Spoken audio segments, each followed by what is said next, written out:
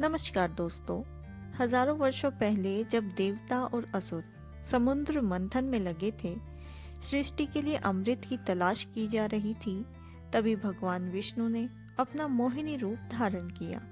लेकिन एक असुर अपने लालच में अमृत पीने की कोशिश करता है और इस लालच ने जन्म दिया राहु और केतु को, जिन्हें आज हम ग्रह और ज्योतिषी ऊर्जा के रूप में जानते हैं। क्या आप जानते हैं कि इस घटना में छिपा है जीवन का गहरा रहस्य? आइए जानते हैं राहु केतु की कथा, जो सिर्फ ग्रहों की नहीं बल्कि हमारे जीवन की कहानी भी कहती है। समुद्र मंथन के समय देवताओं और असुरों ने अमृत प्राप्त करने के लिए मिलकर मंथन किया। जब अमृत निकला तो भगवान विष्णु ने मोहिनी रूप धारण किया। मोहिनी रूप से उन्होंने अमृत सिर्फ देवताओं को ही देना शुरू किया ताकि असुर इसे ना पी सके। असुरों में से एक असुर ने मोहिनी से छल करके अमृत पीने की कोशिश की। वह अमृत पीने के तुरंत बाद ही भगवान विष्णु ने उसका सर काट दिया। उसके शरीर के दो भाग अलग हो गए, एक सिर और दूसरा शरीर का बाकी भाग। सिर राहु बना और शरीर का शेष भाग केतु बन गया। इस कारण राहु और केतु दो ग्रहों के रूप में ज्योतिषी विद्या में दिखाई देते हैं। दोनों ही ग्रह आज भी सूर्य और चंद्रमा को निगलने की कोशिश करते हैं, जिसे हम सूर्य और चंद्र ग्रहण के रूप में जानते हैं। राहु अधर्म, छल और माया का प्रतीक माना जाता है और केतु आध्यात्मिकता, मोक्ष और कर्म का। यह कथा हमें सिखाती है कि असत्य और छल का परिणाम हमेशा मिलता है।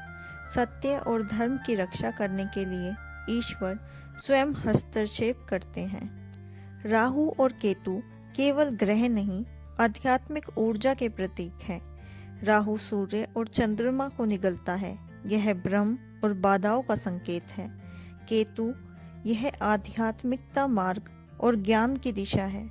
इस कथा से यह भी पता चलता है कि ईश्वर की लीला में गलतियां नहीं होती, चाहे स्थिति कितनी भी कठिन क्यों ना हो जाए। समुद्र मंथन का उद्देश्य अमृत प्राप्त करना था। असुर भी अमृत पाने के लिए बहुत लालची थे। इस लालच ने राहु और केतु की कथा को जन्म दिया। असुर धोखे से अमृत पीने की कोशिश करते हैं।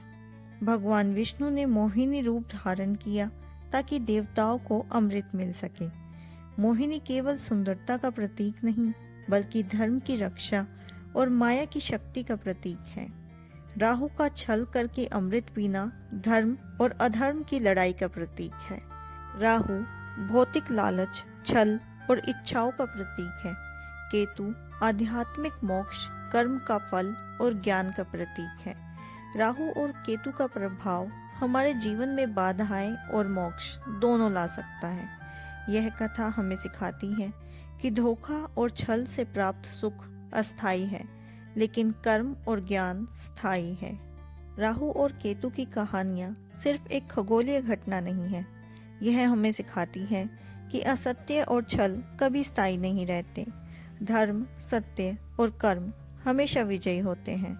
राहु हमारी इच्छाएं और लालसा का प्रतीक है, केतु आध्यात्मिक ज्ञान और मोक्ष का। इसीलिए जब भी जीवन में बाधाएं आए, याद रखिए, राहु हमें परीक्षाएं देता है और केतु हमें ज्ञान और मोक्ष की दिशा दिखाता है। और यही है राहु केतु की लीला, जो आज भी आकाश में हमारे कर्मों और जीवन के संकेत देती है। असत्य से सीखिए, धर्म की राह अपनाइए और अपने कर्मों का फल समझिए।